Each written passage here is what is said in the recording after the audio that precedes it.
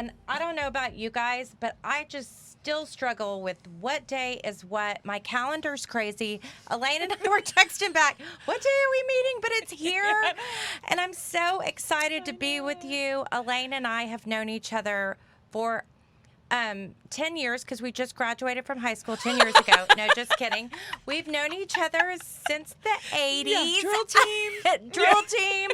Back in the day, Sugarland, great place to come from. Now we're living in the city. Yeah. But she is absolutely living the authentic life. And she has done it stylishly with elegance and grace. And it's been so beautiful to watch your journey. And of course, I love your fashion sense. When I started the Vintage Contessa, she would memo some of her bags to me when I went to Colorado to do pop-up shops because we didn't have a huge inventory. I was doing it as my side hustle when I was working with Cangelosi Marble. And I want people to know that things evolve. We are constantly... You didn't start this huge designer with this huge business. We all have grown, and that's what we're going to talk about today. Yeah. Is authenticity, commitment, connection. She's an interior designer. She's a fashion icon. She is the best mom, such a good friend, a comedian. I mean, you are freaking hilarious. On the side. Yeah. And even Danette in my office, she said, I just remember there was one day during COVID and we both listened to Elaine. And I think it was the day you were in your car and you were like, okay, guys, let's have a talk.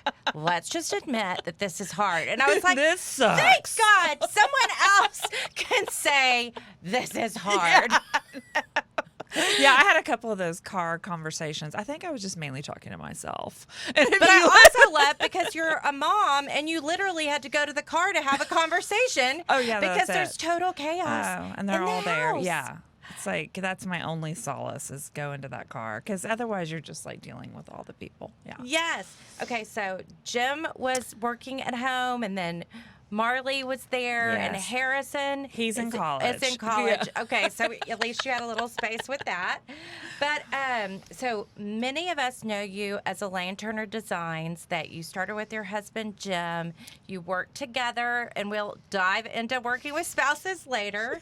But I love this in your new launch of an incredible women empowerment, leadership. Yeah. Are we enough? Yeah. How do we feel like Mm-hmm. we're enough? And you say you're in the personal growth industry, which everyone listening to you not feel like you are through personal growth and you need to jump in that industry.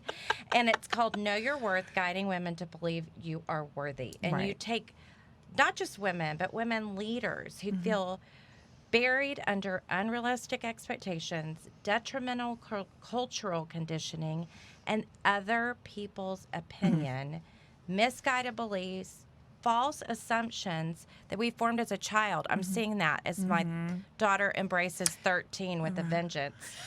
And it doesn't make it any easier that we're constantly told to be more, do more, have it all. So I'm going to pass it to you. Yeah.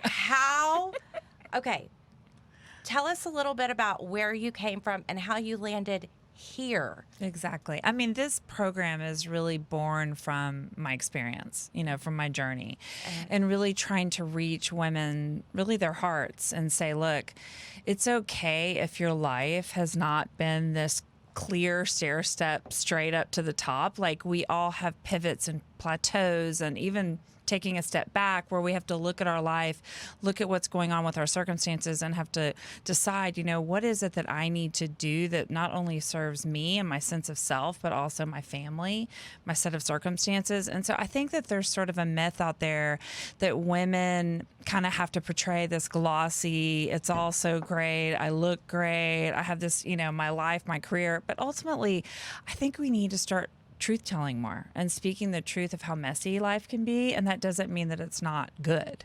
that you can actually engage and lean into your suffering and lean into things that maybe haven't gone as planned and actually come out the other side more evolved, more learning, more wisdom, and also back to knowing who you really are, your sense of self, your sense of self-worth. And I think that we get caught up in the external, thinking that the external is going to feed our sense of worth, but ultimately the only way you can reach, I think, that true worthiness is by going within and really understanding yourself and doing that inner work. And then that inner work allows you to kind of almost get out of your own way, where you see yourself for what you are. And then you go, wait a minute, I think I've been spending so much time trying to live up to outside expectations or other people's opinions that I haven't really honored the magic within me. Really understanding who I am.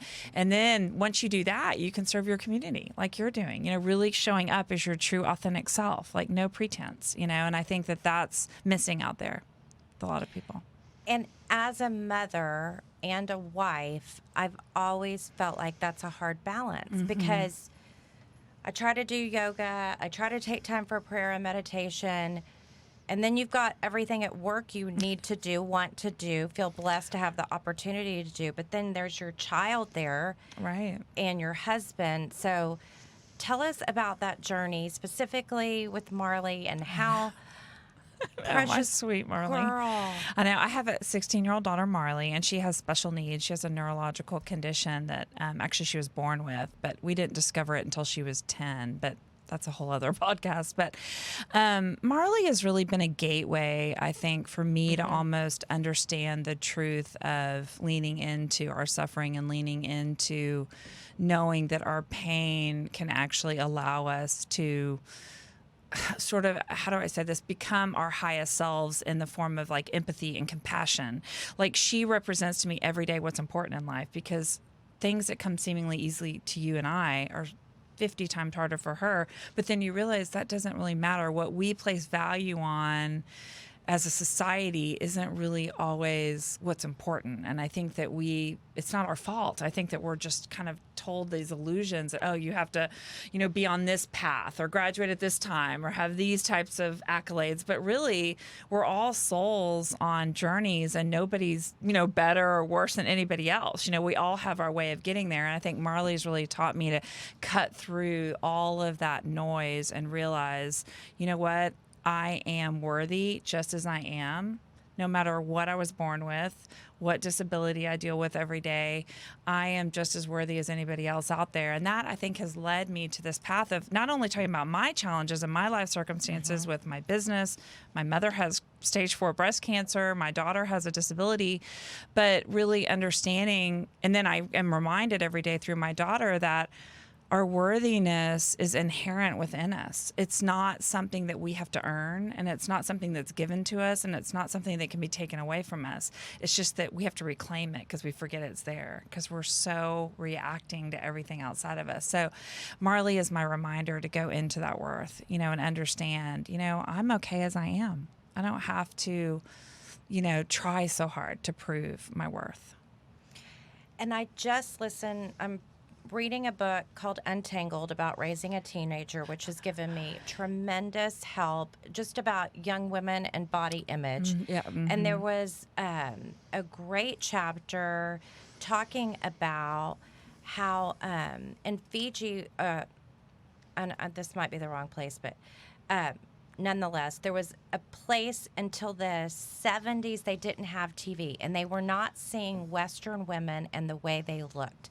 And they were a community that could be more fuller figure, that were not concerned with body image. And once they were introduced to Western television, it changed the way they thought about themselves. And then they also talked about blind women who are blind from birth and their image of themselves and how they think of themselves versus a woman who became blind or other women. Oh my so gosh. it's a fascinating thing to see that even visually we have this Oh, yeah. preconceived notion about what expectations are, and then we take it to this other emotional level Exactly. too that goes even deeper. Well, attaching it to our sense of identity and our sense, like, if I perceive myself as overweight, then I'm the overweight girl. Rather, like, your identity becomes that. It's sort of back to the idea of, like, people saying, well, I'm a failure. Well, there's no such thing as a person being a failure. It's a failure is your perceived experience of what happened, but nobody is a failure. It's the same type of thing. It's like we attach it to our sense of being, and that's when it gets really dangerous, and we start to see mental health issues, depression, and all these things. And I think social comparison and all the research that I've done with this new course, and I have a whole section on social comparison, some researchers actually assign social comparison as the number one issue with mental health, depression, low self-esteem. Social comparison. You might think it would be trauma or, but social comparison with this generation. And that is fascinating. Have you watched The Social Dilemma? Okay, it's on my list, but I'm totally afraid to watch it. It's really I'm terrifying. admitting it. I know. Everyone texts me like, have you watched it? But I don't want to bite the hand that feeds me because we've had such success with our agree. business. Yes. And there's such a And balance. it's a tool. Absolutely. But even back to when Bella was very young, our children's book, that was sort of the storyline behind it is you're not defined by what you wear and what you do. You're defined by the relationships in your life Right. and who's there. So it's hard kind of as fashion girls. That's what we were saying when we started. Right. And I loved because I've signed up and I'm Know your officially know your worth girl. But I read this amazing passage about you visiting the Plano store in 2017 and that do you want to tell us that experience, because I think that seemed like such a catalyst And to it you to was. have fashion and purpose. Exactly. It is. Thank you for actually reading that and understanding that moment for me. That really was the moment when the book kind of all came together for me in my head. Breaking the Glass Slipper, debunking the myths that hold women back. This woman came to me in my Plano store. I had a trunk show that day, and she ended up, through a series of conversations, telling me that she had basically terminal multiple myeloma and that she was kind of entering her last phase, going off of treatment. And she said to me, she grabbed my shoulders. I'll never forget it. She had no hair, and, her eyes were sort of hollow. And she said, don't ever undervalue what you do with this expression of fashion and color and talking to women in this way of empowering them through what you create. And I kind of looked at her shocked, like she would talk to me about fashion as she's dealing with this, extremely tragic disease. And I said to her, I think that I always kind of have. I think that maybe I've never felt like, is fashion really deep enough? Or did I kind of like, I don't know, scoot around it a little bit, the truth of how important it really can be for people's self-esteem and for people's also authentic expression of who they are.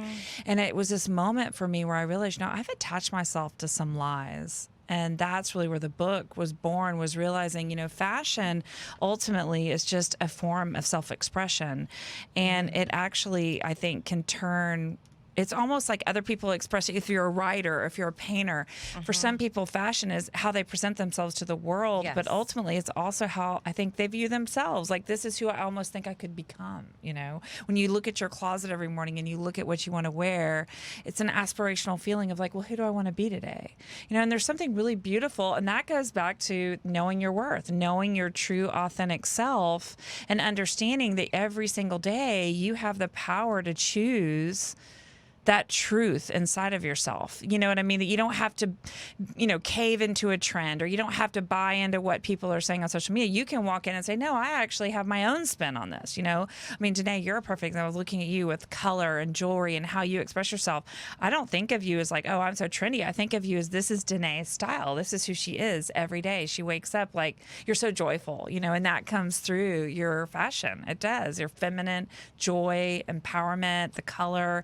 And I think that women sometimes tend to negate fashion as, well, that's just materialism, or that's just, shallow. And it's really not. It's really a form of expression. And what I loved about your line was that it was a way for women to embrace color. I think we in Texas embrace color so much more. I love what you just said.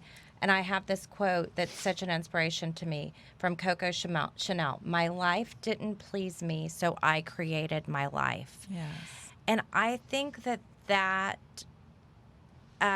is so what your book is saying. So one of the statistics that I wrote down is you were talking about sensory, and 80% of who we are is already in us, and 20% is what comes out to us. Yeah, I think. Let's talk about that. Well, that was, I think, a really big revelation for me in some of this research that I've done with the Discover e-course is that we think so much of our life is about what happens to us, right? And how and obviously, you think, oh, it's what happens to me and how I react to it. And maybe I'm a victim of some tragic circumstances or challenges or whatever it is. But ultimately, in the research that I've done, 80% of how we perceive our life circumstances and ourselves has already been formed. It's already in there. It's like our life is happening through us, not necessarily outside of us. And I think that we think, oh, well, I'm kind of a victim of my circumstances, but really it's the stories that we've told and held on to that have shaped how we've reacted to what's happened to us, how we see others, how we see ourselves. And I think that's really revelatory, because you realize, like, wait a minute, what limiting beliefs have I held on to that are already stored inside of me that I just unconsciously walk through life attaching myself to? I just believe I'm not enough, and that's just my life story. And think about how many people that they kind of attach themselves to something super limiting and they never have questioned it. Well, my course is about, let's question it. Let's go inside and look at what is it that you've decided is your truth that isn't. Well, I'm so embracing that. And I had a fabulous girlfriend, Mandy Ko, and recently I've gone through some challenging things that evolved in my life. Totally. And I wrote to her a text and I said, I am broken. And she said, do not name yourself as broken or you will be broken. Right, exactly. So that's it. That's the I changed premise. my story. And I was talking to Jonna Stallings, one of our guests, and she's assistant DA over trafficking. And she called the other day and she goes, how are you? And I said, I've been given the greatest opportunity to overcome challenges and grow. She's like, well, good for you. Okay, talk soon.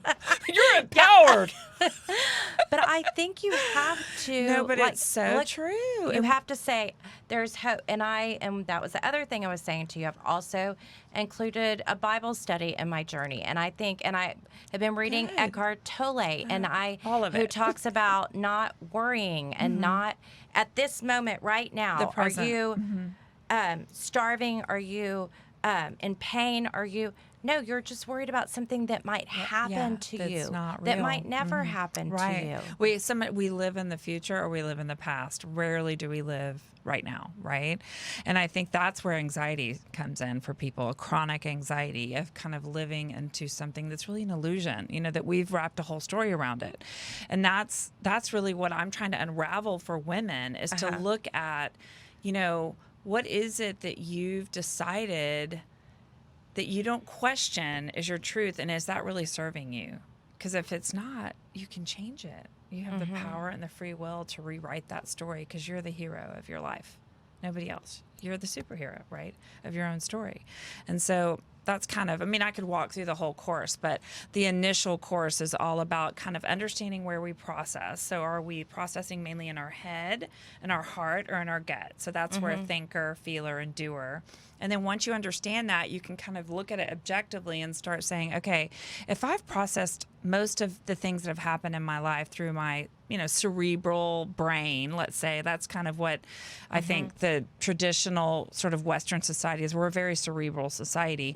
Well, then how has that affected how how I've looked at my circumstances. So if I've intellectualized everything, have I really dealt with my pain? You know, I mean, this is just one aspect. You know, a feeler like me could say, have I almost taken it on too personally and have been unable to kind of detach from it and use it for my own good? Have I been paralyzed by it? You know, each profile has sort of, I think, their benefits and their challenges, right? And so I really go through that in the first course, and then we start to detach from those narratives and we start to see ourselves. And we're able to detach and look at ourselves for who we are, because so many of us, we just think, well, this is who I am and I'm not questioning it, and this is what's going on, and here we go. I'm just going to be, you know, I'm the broken girl, or I'm the not enough girl, or I'm the burden girl, or I'm the, you know, lonely girl, right? So it's really fascinating. I think My friend Trisha, she used to call herself she said she was on the pro singles tour. So she said, how would I ever be married if I was just identifying myself as the single girl?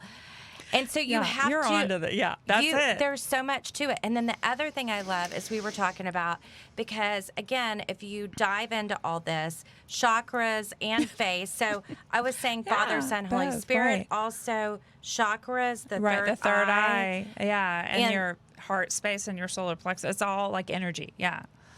So tell us about the program, because it's not just listening to you online. You're interacting with people. So it's a group coaching program. And so it's the Know Your Worth program. And the first step we take is the Discover e-course. There's 3 separate e-courses within the program. There's Discover, Awaken, and Manifest. So I just launched Discover. And that's the very first step we take, where we really start to understand our processing and understand our narratives and understand the stories that we've told. Because you can't really understand your worthiness if you don't really understand your tendencies and understand. I mean, you have to do some inner work. You can't just jump to manifestation, or like, well, I'm just going to live out my wildest dreams, but I have no idea who I really am or what's you know, you can't do that. And I think that's where a lot of the self-growth industry stays at manifestation and goals, and those are beautiful things, but I want to take you through a framework for you to kind of do some inner work that I think people say, is it too woo-woo or is it too heavy? And I'm like, no, I actually think it's really empowering and fun. It's sort of like, if you're an Enneagram, I'm a huge Enneagram junkie.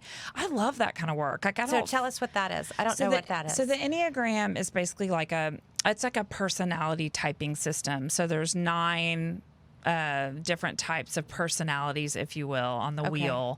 And you go through, like, you take a quiz, and then you figure out what your main personality typing system is. And then you have like a wing that's something that you pick up a lot on, dominant. Like, I'm a 4 Enneagram with a 3 wing. Okay. And then you realize how you behave in stress and how you behave at your highest level. It's like a whole study. I mean, it's fascinating. Fascinating. And there's a teacher I love out of Dallas named Suzanne Stabile. And my program, that the Discover course, is very much inspired by the Enneagram, in that the thinker, feeler, doer is sort of about how we, as different people, because I like to say we're all connected, but we're not the same. So that's it. So understanding your own unique tendencies, you know, thinker, feeler, doer, and then how can you gain insight and understand how to maximize and sort of, I don't know, capitalize on the best aspects of your tendencies, right? And the Enneagram's a lot about that too. So the course, I think the first course especially, is all about self-identification, understanding who you are. The second course gets a little deeper, where we really excavate our limited story, and then we do empowerment practices to kind of rewrite the story. That's Awaken. And then the last one's all about manifesting our highest self, really serving the community, our offering to the world. So they're all different, but I think they're all necessary. You can't just talk about goals without talking about, well, I want to do some work to figure out who I really am, why I'm here, right? So did Jim go through the process with you? Yes, I mean, you know, it is very feminine, but he took the quiz. Jim's a thinker. And he's so used to me at this point and he's gone to Enneagram workshops with me. So Jim, I love that. But I think it helps the marriage. And I was, I had a girls' weekend this weekend, and I was telling a friend of mine, it was my first girls' trip since July of 2019, my first flight, which I have to say, I felt safe. I felt like the airlines did a good job. Yeah.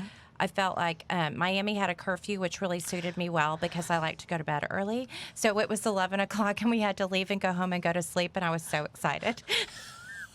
I love live here. Exactly. I love Miami. No, I'm the girl that could be dancing on the table at 8, but by 10 o'clock, I'm like That's ready okay. to go home. Yeah, you know yourself. I know, You've done but the work. we were talking about it, and I said I feel like my marriage is at the best place it's been because I changed, and I feel like it was not necessarily Rob changing, but I read a book about Harriet Lerner, Yeah, The Dance of Yeah, Intimacy, I and know she Harriet talks Lerner. about if you change your own steps. So I think that this work.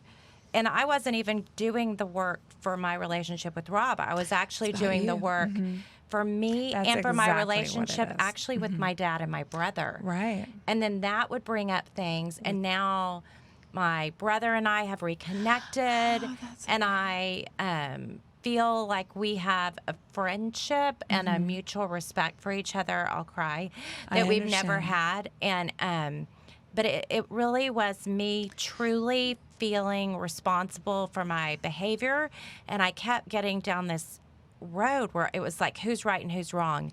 And it doesn't matter. No, it really doesn't. And you decided, I'm going to take the initial steps to do the work instead of saying, I want to change somebody else or get somebody to believe something different. Whereas it was really more about, and that's what my whole program's about. It's like us doing the individual Yep. work actually allows us to do the collective work.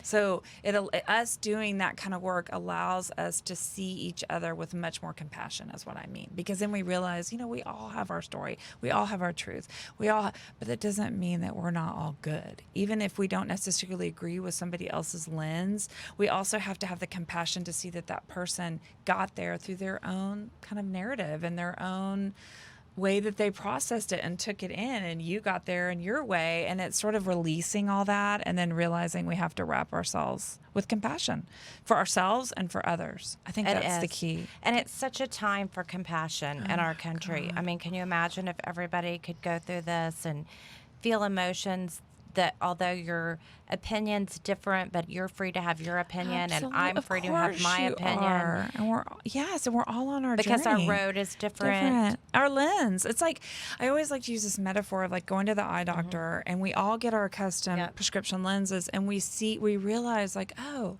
that's how I see the world. Somebody else has on their lens. That's how they see.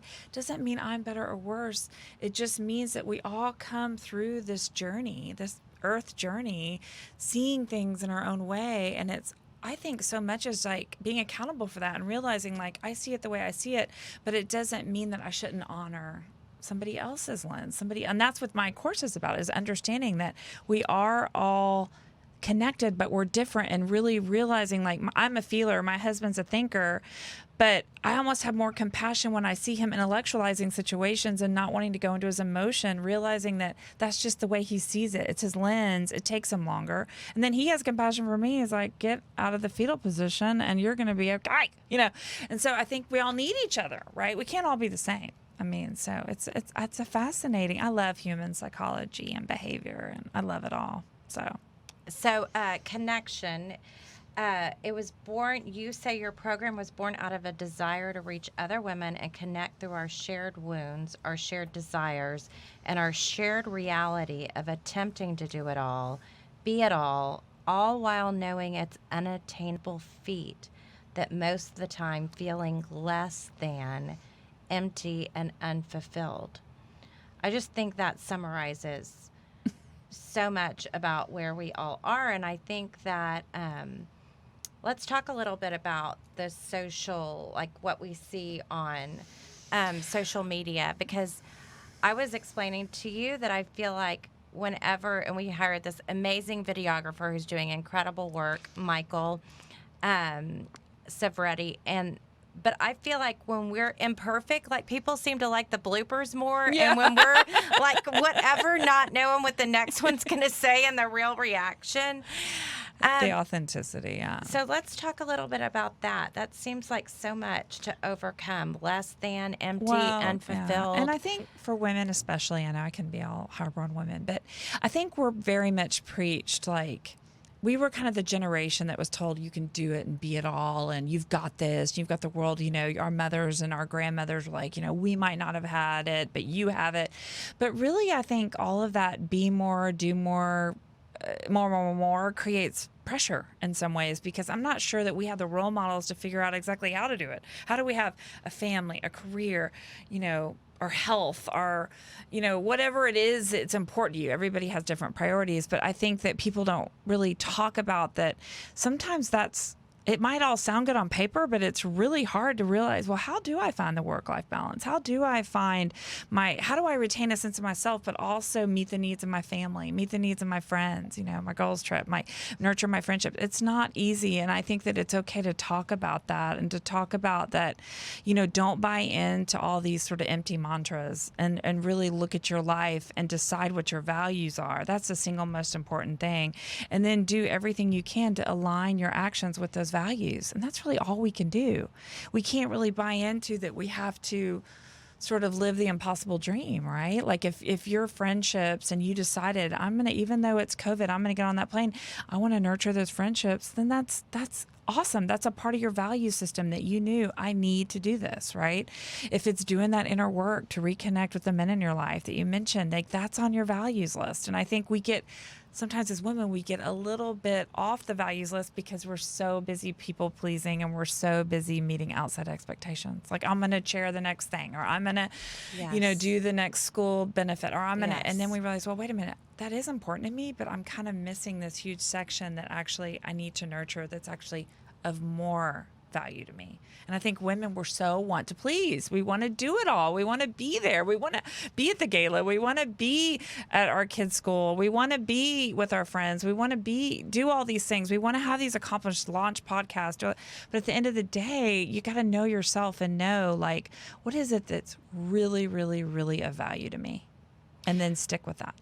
And then that's the next thing that I find so hard that is really something I've been diving into is commitment. We've talked about commitment with this younger group and what commitment means. I had this fabulous intern I loved, and she quit without notice and said she wasn't happy. I was like, what is happy? What does that mean? And define that. Exactly. Because I think we're all kind of chasing happiness, but we commit, and that's what I found out before COVID. I committed to too much. And I was running around crazy.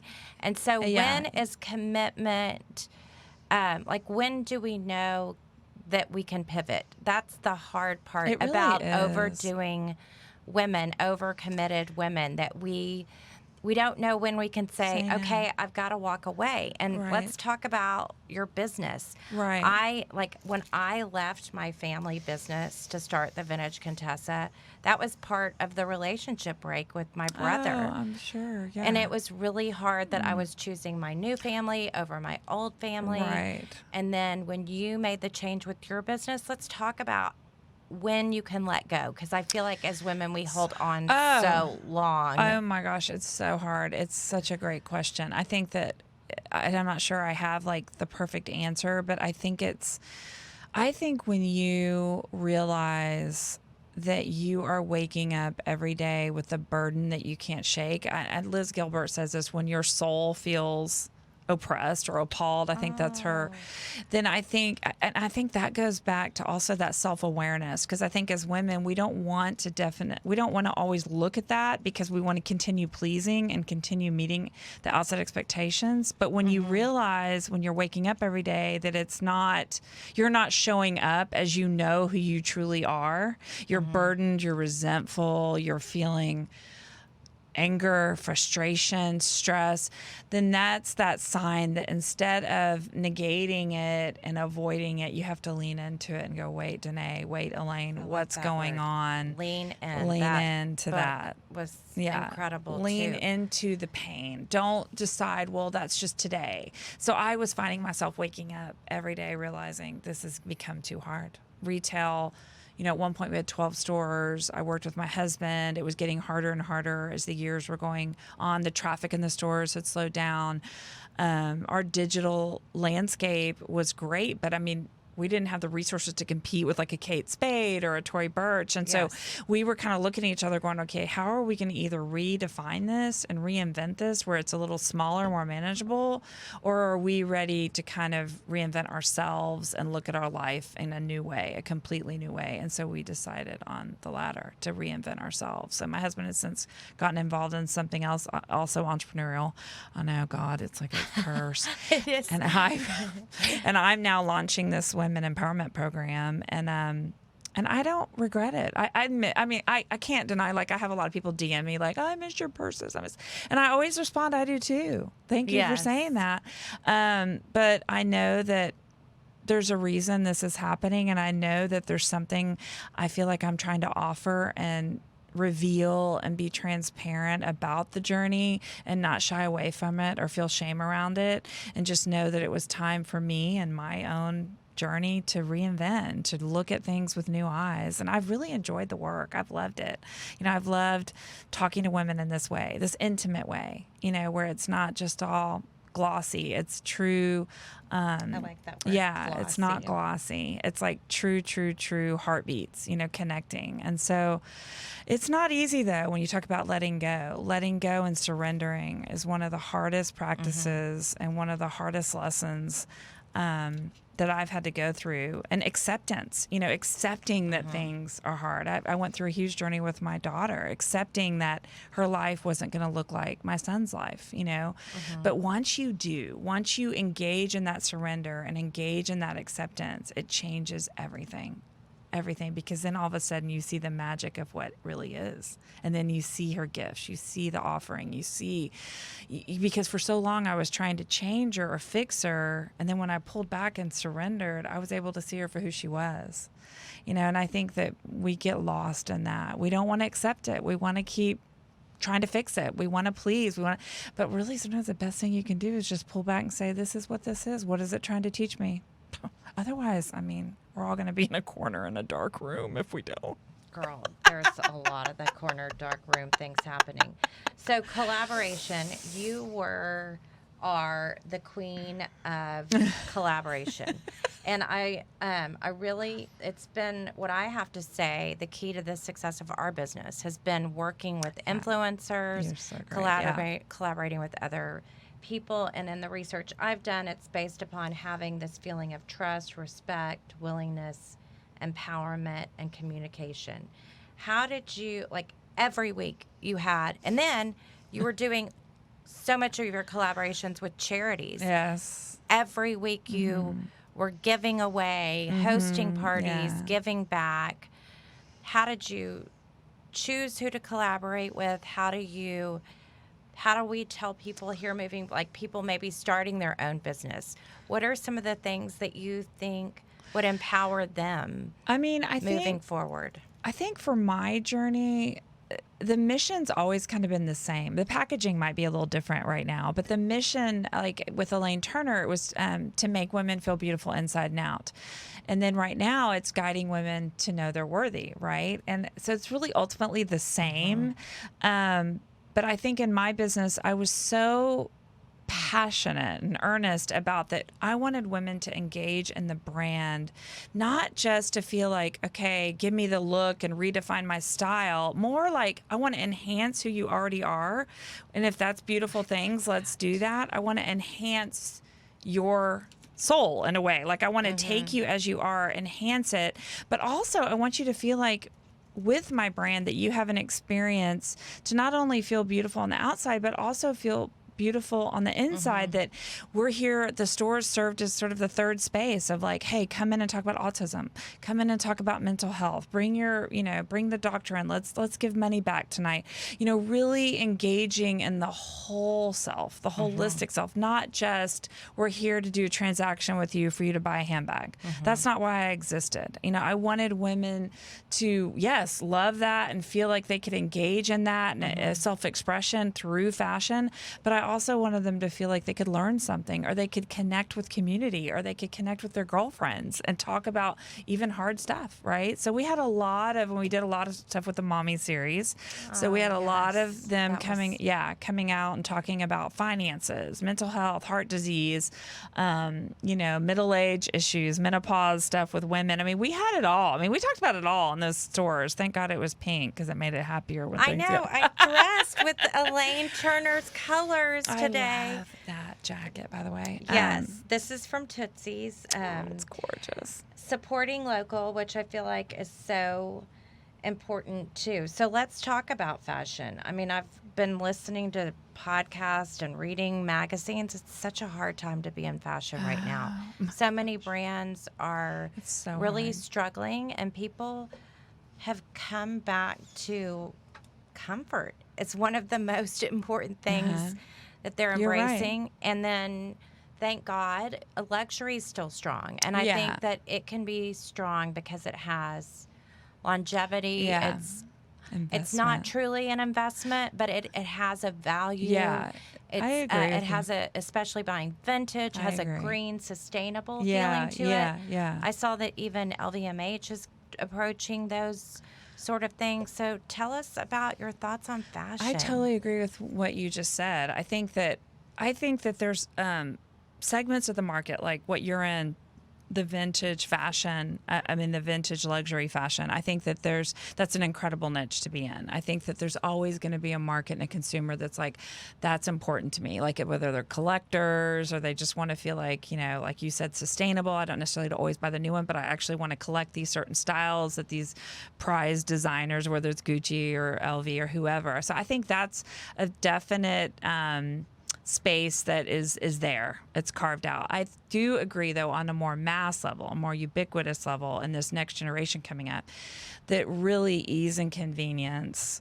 trumps going in specialty boutiques, so digital shopping, and I think comfort and casual. I think there is a fundamental shift in fashion towards casual, everyday comfort lifestyle, how this outfit, even if it's athleisure, how it could take me from a meeting at my kid's school to a girlfriend quick lunch at True Foods, and then, even running home and whatever, you change one piece and meeting someone for wine. Like, they want their outfits to be transitional in that way. And I think that there is more of I don't want to say down market, but more of a understated luxury going on. Like, it's all about comfort. It's all about casual. And I think that there's a beauty in that it's the reality. But I also think that for someone like me who was raised in the 70s and 80s, we are now, I can't lie, I miss and have grief over fashion being an experience. It used to be such an experience, and I mean, look, I know if there's young people or something, I don't care. But, my mom and grandma and my sister and I would go to we'd skip school, skip Dulles, like go to Neiman's, try on our outfits. My mom's like, okay, you could wear this to this and this to this. And everything had its own separate, like, this is for the luncheon. This could be for whatever, for your Sadie Hawkins, and so it was such an experience. And then when I'd watch my mom engage in fashion, her tailored suits, and it was so honored.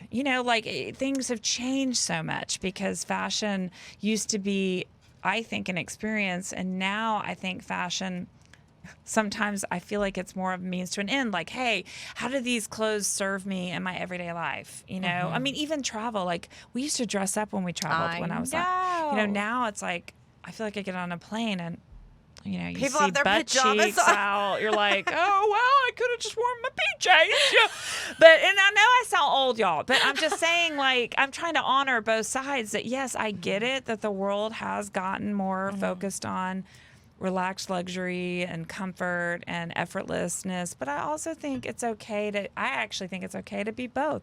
Have your athleisure, have your fun, but then when you want to honor what you're doing that day, go for it, I don't know. I have trouble with it. I tell my son, I'm like, a Rockets t-shirt and gym shorts is not totally your uniform. It should not be your uniform every day. And he just looks at me like, I don't know what that means, because they don't know any different. It's funny. Bella has a closet with a lot of Chloe Dowell. She's kind of our go-to. She's so cute. To shop I love there. Chloe. But when she's around her friends, she wants to wear Lulu shorts and a t-shirt that's totally, oversized. of course she does. Rob's extra large size. And so I'm like, tuck it in so people don't think you don't have shorts on, Bella. She gets so embarrassed when I talk about her. Hi, babe. Oh, so cute. Well, I too love fashion, and I just dress. And now I tell people I dress for my videos, but I don't even have to dress for the videos. But I just love dressing. I know. I love the art of dressing, and the art of dressing. My mother never left the house without full makeup Oh. and matching handbag. Belt and shoes, like that woman, and she's a TJ Maxx girl, but she rocks her cute. TJ Maxx in a way that you would never believe. She's beautiful. Your She's mother. an incredible woman. We were very blessed to grow up. I think we kind of grew up in a Stepford Wives, Yes. like milk and honey kind of thing. But I think people were really real, and it was an amazing thing. Okay, we're running out of time, but let's end with authenticity. We've talked a lot about it. It means coming from a real place from within. I just think your journey that you're helping these women go on in your process really helps that. And I guess people look at people and say, oh, she's fake, or, oh, that isn't real, or whatever. But so many of us don't even know. Like, I've had to really look and say, who am I? Mm-hmm. How can I be true to myself when I feel like I've got all these things around me? What is my truth?